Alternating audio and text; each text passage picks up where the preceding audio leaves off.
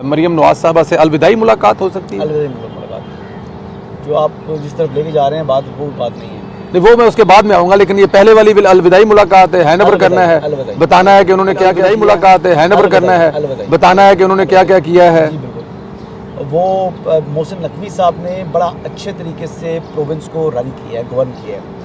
और मरियम नवाज शरीफ साहिबा भी, एक बात बताऊँ मैं आपको, जो मेरा अपना ये अंदाज़ा है, मरियम नवाज बड़ी डैडी सीएम होना है उसने, डैडी सीएम वो डैडी होना है उसने। मरियम नवाज के हवाले से मैं ये बताऊं कि वो मरियम को गुस्सा भी आता है, और मरियम जो है वो मामला फहम है, वो हालात को भांप जाती है, वो समझ जाती हैं। और सेकंड जो बात करते हैं ना कि जी मरियम नवाज के का कंपैरिजन करते हैं उस्मान बुज़दार के साथ, तो यार मतलब मेरा दिल करता है कि खुद को गोली मार दूँ ना, मतलब अजीब सी बातें करते हैं। उस्मान बुज़दार साहब जो साईं थे वो वाकई साईं थे, उन्होंने सच्ची मुच्ची के साईं थे, सच्ची मुच्ची के साईं थे ना। उन्होंने बेसिकली सूबे का तो सत्यानाश किया जी। इवन के विद इन पीटीआई बड़े लोग चीखो पुकार करते थे, लेकिन वो एक तो नाम उनका एन से था, पहली खुसूसियत। दूसरी ये चीज़ थी कि वो बड़े होम्योपैथिक किस्म के आदमी थे। तीसरा, उन्होंने अंडर द शेडो ही रहना था, तो वो अपनी चीफ एग्जीक्यूटिव की पावर्स को एंड तक वो समझ नहीं सके कि मेरी पावर्स क्या है। हाँ, वो ये समझे कि जो फ़र्क होगी है और उसके हर हुक्म को जो है वो बजा लाना है, और करप्शन किस तरह करती है, बस वो तरीक़ेकार वो ढूंढते रहे हैं, बस यही काम किया उन्होंने। इंटरव्यू तक भी उन्होंने दे नहीं सके वो यार आखिर तक। तो सरदार उस्मान बुज़दार साहब का यानी एक बड़ा अफसोसनाक स्थानिया था पंजाब के साथ, कि पंजाब का चीफ एग्जीक्यूटिव उनको बना दिया गया, जबकि उनसे पहले शहबाज शरीफ थे। इवन के जो टाइम देख लें तो परवेज़ इलाही के ख़िलाफ़ आप जितनी मर्जी बातें करें, लेकिन परवेज़ इलाही साहब के ज़माने में करप्शन वो टका करते हैं। करप्शन परवेज़ इलाही साहब के जो मामलात हैं फाइनेंशियल वो करते हैं, लेकिन डिलीवर करते हैं। ब्यूरोक्रेसी को किसी हद तक वो उनको पता है किस तरह जो है मैनेज करना है। तो वो तो उस्मान बुज़दार साहब में तो वो भी अहलियत नहीं थी। तो मरियम नवाज़ एक तो करप्शन नहीं है, और दूसरा मरियम नवाज़ जो है वो ब्यूरोक्रेसी को किस तरह काम करवाना है ये आर्ट उनको आता है। वो बड़ी हुई हैं ये आर्ट देखते हुए, तो वालिद को चचा को घर में ये देखते रही, तो वो मेरे नहीं ख्याल कि उनको कोई नए तजर्बे की ज़रूरत है। She will be hopefully a very good administrator, और पंजाब को बड़े अच्छे तरीके से वो गवर्न करेगी। और मैं आपको ये बता दूं कि सिर्फ होगा काम काम और बस काम।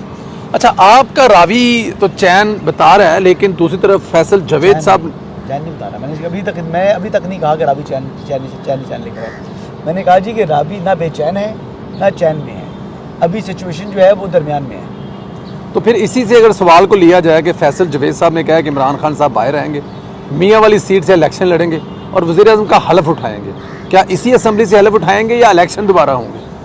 देखिए, एक आदमी की ख्वाहिशात के ऊपर तो आप जो है वो कदर नहीं लगा सकते। उनको वो इस तरह सोच रहे हैं तो सोचने दें। ये तो पहले सोचें कि 2 साल वो बाहर आएंगे या 3 साल बाद वो बाहर आएंगे, वो कब बाहर आएंगे। तो वो बाहर जब उनकी डिस्क्वालिफिकेशन ख़त्म होगी तो वो बाहर आएंगे ना। मुझे तो डिस्क्वालिफिकेशन भी उनकी ख़त्म होती नज़र नहीं आ रही। इवन कि वो बाहर भी आ जाए तब भी डिस्क्वालिफिकेशन ख़त्म नहीं होती। जो नैब की डिस्क्वालिफिकेशन है वो 10 ईयर्स है, और बाकी जो उनकी कन्विक्शन हुई हुई है, चाहे वो तोशा खाना है, चाहे वो तोशा खाना नैब रेफरेंस है, या चाहे वो ये वाला है क्या नाम है, इद्दत में निकाह वाला, साइफर या इद्दत में निकाह। तो ये सारे मुकदमात में उनकी जो है कहाँ ये नायल है, वो इलेक्शन कंटेस्ट नहीं कर सकते। शाह महमूद कुरैशी साहब भी, वो भी 5 साल के लिए अब डिस्क्वालीफाइड है, तो वो भी इलेक्शन कंटेस्ट नहीं कर सकते। तो लिहाजा ये तो उनके ख्वाहिशात तो हैं, लेकिन अमली तौर पर ये चीज़ होती हुई, लेकिन कहीं ना कहीं लगता नहीं है कि कुछ थोड़े बहुत राब्ते बहाल हैं असम्बलियों में जाकर हलफ इतनी जल्दी से आसानी से उठा लेना। हालांकि उनके मुताबिक इन 180 सीटें हैं, तो इसका मतलब है अपनी 180 सीटों से वो विड्रॉ कर रहे हैं। विड्रॉ नहीं कर रहे जी, वो अंडर प्रोटेस्ट असम्बली के अंदर आ गए हैं। ठीक है, और आ सकते हैं आप अंडर प्रोटेस्ट जो है वो मौलाना फजल रहमान साहब भी कल आप देखेंगे जब इजलास होगा, परसों तरसों जब भी होना है कौमी असम्बली का, तो या खैबर पख्तूनख्वा असम्बली का या बलूचिस्तान असम्बली का, तो वो भी अंडर प्रोटेस्ट जो है वो असम्बली में आएंगे। तो ये तो इनका जब मामला है वो हुकूमत से मुतल्लिका है नहीं। अब ये जो मामला है इंतखाबी उज़्ज़दारियों का, ये इलेक्शन ट्रिब्यूनल से मुतल्लिका है। तो जो हाई कोर्ट के सर्विंग जजेस हैं, तो उनको इस मामले को जो है वो मतलब डिस्पोज ऑफ करें जब भी करें।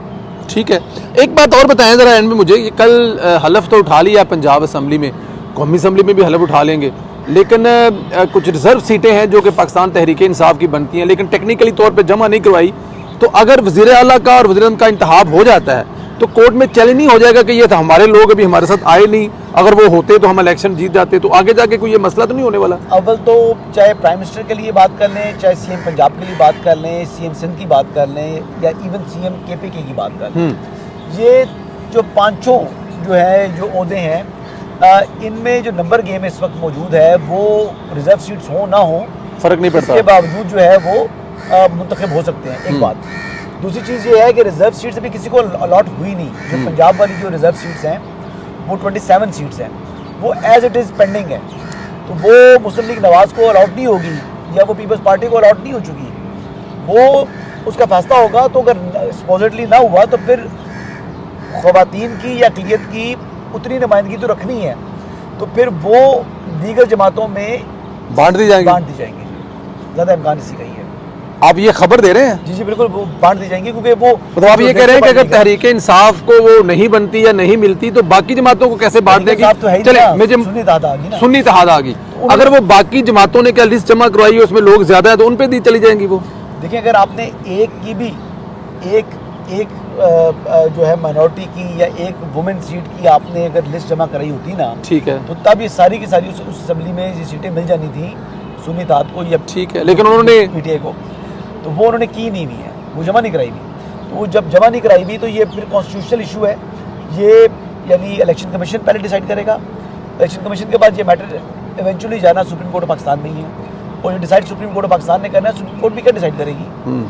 वो यही करेगी कि ये पहले एक दफ़ा वैसे हुआ था, बाप पार्टी को एक सीट दी गई थी, वो सीट दे दी गई थी, तो मिसाल तो मौजूद है, फाटा वाली एक नज़ीर ज़रूर मौजूद है, लेकिन वो क्या सर्कमस्टांसेस थे, वो पहली मरतबा जो है वो फाटा जो है वो जम हो गया था, इंजमाम हो गया था उसका खैबर पख्तूनख्वा के अंदर।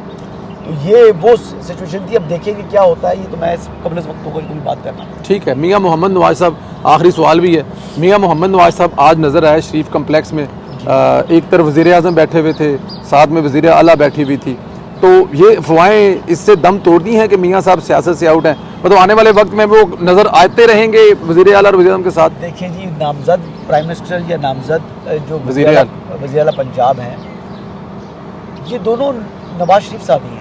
अच्छा जी, ये दोनों नवाज शरीफ साहब ही हैं। बात दोनों के साथ शहबाज शरीफ और मरियम नवाज शरीफ। देखिए, एक तो शहबाज साहब भी ये नवाज शरीफ साहब को वालिद का दर्जा देते हैं, ठीक है जी। बात। दूसरा, मरियम के तो हैं वो वालिद, सही। तो बात ये है कि पार्टी का जो वोट बैंक है वो भी former prime minister Mohammad Nawaz Sharif साहब का है, और अभी जो पार्टी का जो फैसला है कि किसने प्राइम मिनिस्टर बनना है, किसने सीएम बनना है, ये फैसला भी उन्हीं का है। तो इस पर यानी क्या, ये तो खाली बातें हैं ना। पहले देखे ना, बहुत अर्सा पहले मुंह में से शीन निकाल रहे थे, अब जो है वो कहते हैं जी कि नवाज शरीफ साहब की छुट्टी होगी, तो वो छुट्टी नहीं हुई। ये जो मैंडेट था उनके शहर शान नहीं था, और उन्होंने अच्छा किया है कि इस तरह के मैंडेट के अंदर वो खुद चीफ एग्जीक्यूटिव बोल के नहीं बने। मैं एक तो माजरत चाहूँगा आपके व्यूअर से कि मेरा नाक बिल्कुल बंद है एसी की वजह से, लेकिन इसकी वजह के बावजूद आप टाइम दे रहे हैं, इसलिए आपका शुक्रिया। भी थोड़ा सा जो है वो रात को जिस लॉज के अंदर मैं रह रहा था, वो मेरे जो स्वीट रूम था उसके साथ वाले स्वीट रूम में एक नया जो है वो दूल्हा दुल्हन जो है वो नहीं, अगली स्टोरी नहीं सुनानी। नहीं, तो वो अच्छा, उनके सारे जो दोस्त थे ना, अच्छा, वो आगे बच्चे जो लड़के थे, थे, उन्होंने बड़ा शोर डाला, तो उससे से आपकी नींद खराब हुई, तो वो उन्होंने नींद खराब कर दी, मैं सो नहीं सका।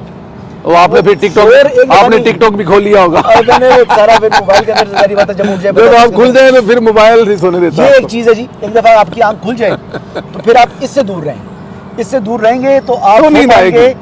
अगर नहीं इसको आपने देना शुरू कर दिया तो फिर को ये तमाम चीज़ों को, तो फिर आपकी नींद गई, फिर 2-4 घंटे गुजर जाएंगे और नींद आपकी उड़ जाएगी, और फिर इस टाइम जब नेक्स्ट डे आएगा तो फिर आपकी तबीयत इस तरह खराब हुई होगी। बिल्कुल ठीक है। चले एंड में बता दें मुझे, गवर्नर पंजाब मोहसिन नकवी साहब, नाम आ रहा है उनका गवर्नर पंजाब के लिए, क्यों? बस नहीं है। दोनों जमातों को कबूल तो हो सकते हैं, PMLN को भी और पीपल्स पार्टी को। एक सोर्स के मुताबिक इन दो बंदों में से एक होगा जी। अच्छा जी। वो या कायरा साहब हैं या नदीम अफजल चंद साहब हैं। तो इन दोनों बंदों को तीसरे जो सबसे जो मेन आप कह रहे थे ना कि सबसे जो लीडिंग आदमी था वो तो मखदूम साहब तो है ही नहीं ना, मखदूम साहब जी तो इस लिस्ट में है ही नहीं मेरे ख्याल से। तो फिर ज़्यादा इम्कान कायरा साहब का है।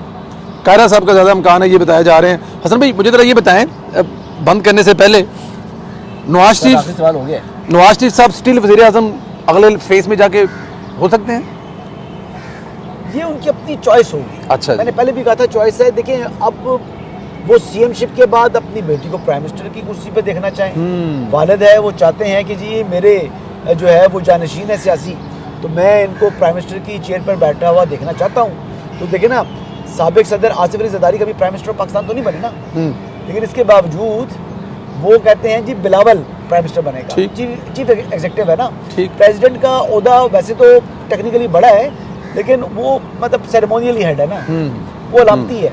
तो ये जो एक्चुअल जो चीफ एग्जीक्यूटिव होता है मुल्क का, वो प्राइम मिनिस्टर ऑफ पाकिस्तान होता है। तो ये मेरे ख्याल के मुताबिक नवाज शरीफ साहब, मेरी ख्वाहिश तो है कि वो खुद प्राइम मिनिस्टर बने, लेकिन मुमकिन है बीइंग अ फादर, अगर मरीम नवाज ने अच्छा डिलीवर किया तो next prime minister Maryam Nawaz Sharif साहब हो सकती है। वज़ीर आज़म मरीम नवाज साहबा भी हो सकती हैं, लेकिन फैसले सारे के सारे वन, दूसरा वो मैच्योर हो चुकी हैं पॉलिटिक्स के अंदर, तीसरा उन्होंने सियासत सीख ली है। देखिए ना, मरीम की मैंने एक दफ़ा बात पहले की थी, अभी आज दोबारा करता हूँ, वक्त बदल गया। लेकिन मरीम नवाज शरीफ साहिबा ने जिस तरीके से जेल काटी है, वो बड़े से बड़ा बंदा नहीं काट सकता, और जिस दिलेरी से काटी है, और जब पहली मरतबा जब रिहा हुई तो बाहर आई और उससे ज़्यादा बढ़कर गर्जी बरसी, दोबारा उन्होंने गिरफ्तार किया, फिर वो काफ़ी अर्सा रही, फिर बाहर निकली, फिर उससे ज़्यादा बढ़कर उन्होंने आवाज़ बुलंद की। तो मरीम सिर्फ एक मरीम है, इतना दिलेर मैंने और कोई जो है ना कोई खातून नहीं देखी पोलिटिकल।